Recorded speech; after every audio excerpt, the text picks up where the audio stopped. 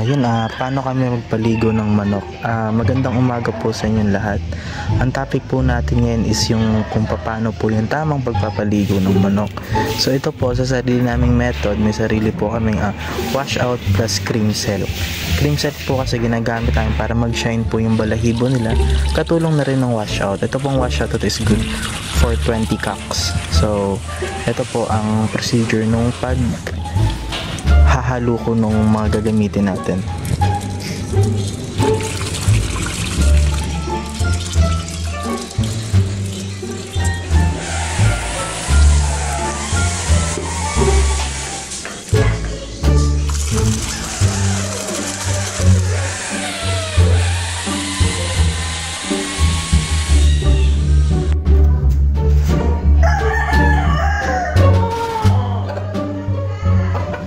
So ito na po, kunin natin yung manok na papaliguan at ilubog ito sa tubig na abot hanggang leeg ang taas. Syempre pag nagpapaligo tayo, kailangan kapain ang katawan ng manok habang nakalublob.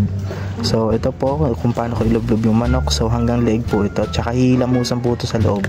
Hindi lang siya basta ilulubog, dapat habang nakalubog kakapain yung ilalim ng pakpak, yung ilalim ng mga balahibo, para walang makaligtas doon. Kunwari meron man tong mga insekto, lahat po yan makukuha.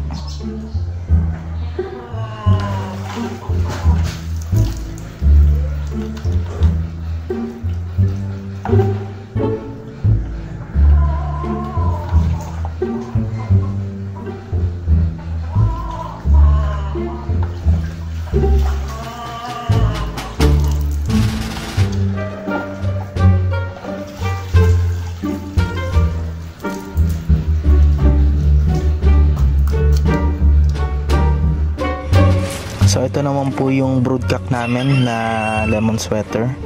Yun nga po, wag laging kakalimutan yung pagkapa, lalo na yung buntot, lagi pong sasama yan. Kasi lalo na sa pagpapaligo, syempre nakalaylay yung buntot. Isa rin yan kasi sa mga pwedeng pamugaran ng mga hanip at insekto, kaya kailangan natin yung malinis din. Yun po ang lagi nating tatandaan sa pagpapaligo ng manok. At saka yung paa ng manok dapat lagi nating lilinisan.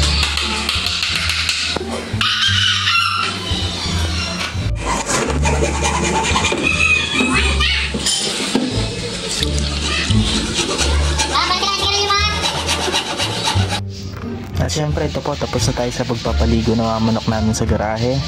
Karamihan po ng manok namin, alam niyo naman, nasa rooftop. So kailangan ko pong akyatin yan. Siyempre lahat kailangan mapaliguan para masulit natin yung solution na ginawa po natin. So ito, second floor pa lang ako. Nasa rooftop, third floor. So papakita ko po sa inyo kung paano ko rin paliguan pa yung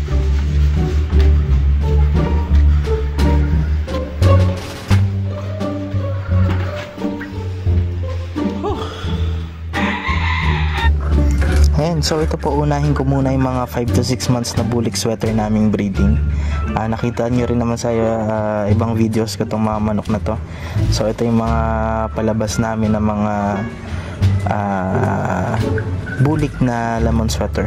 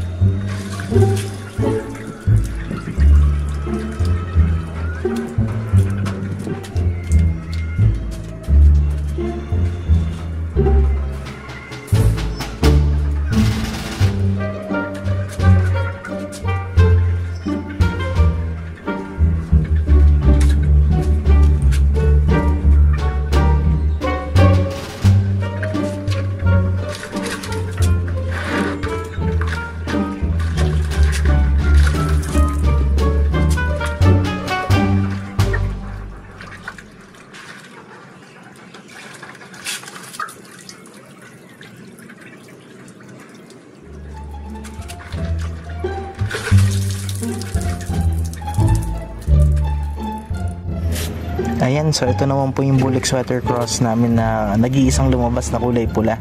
So excited din ako dito. Yellow legs to lumabas. Red rooster. So nasa 4 months to 5 months pa lang yata to. Di ko lang sure, pero anak to ng lemon sweater namin.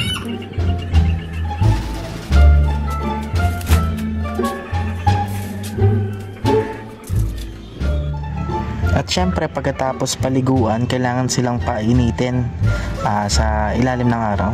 So ito po ngayon, nilagay ko muna ibang stags dito sa rooftop. So okay naman po yung sinag ng araw, okay naman po yung init. Pero mas maganda kung babantayan nyo para malaman nyo kung kailan sila pwedeng i-out.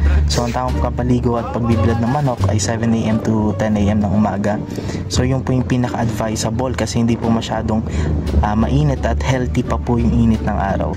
So yun ang lagi nating tatandaan sa pagpapaligo ng manok, hindi basta paligo lang na hindi ibibilad. So kailangan siyang ibilad para matuyo yung balahibo niya. So 2 to 3 hours kung tuyo na ang balahibo ng manok, pwede na itong balik sa kulungan. Tandaan na laging babantayan para hindi siya ma-heat stroke kasi sa sobrang init ng araw, syempre walang takip, maaari silang ma-heat stroke dyan at yun ang maging sanhi ng pagkamatay nila. Yun lamang po, sana suportahan nyo yung channel ko, The Backyard Breeder.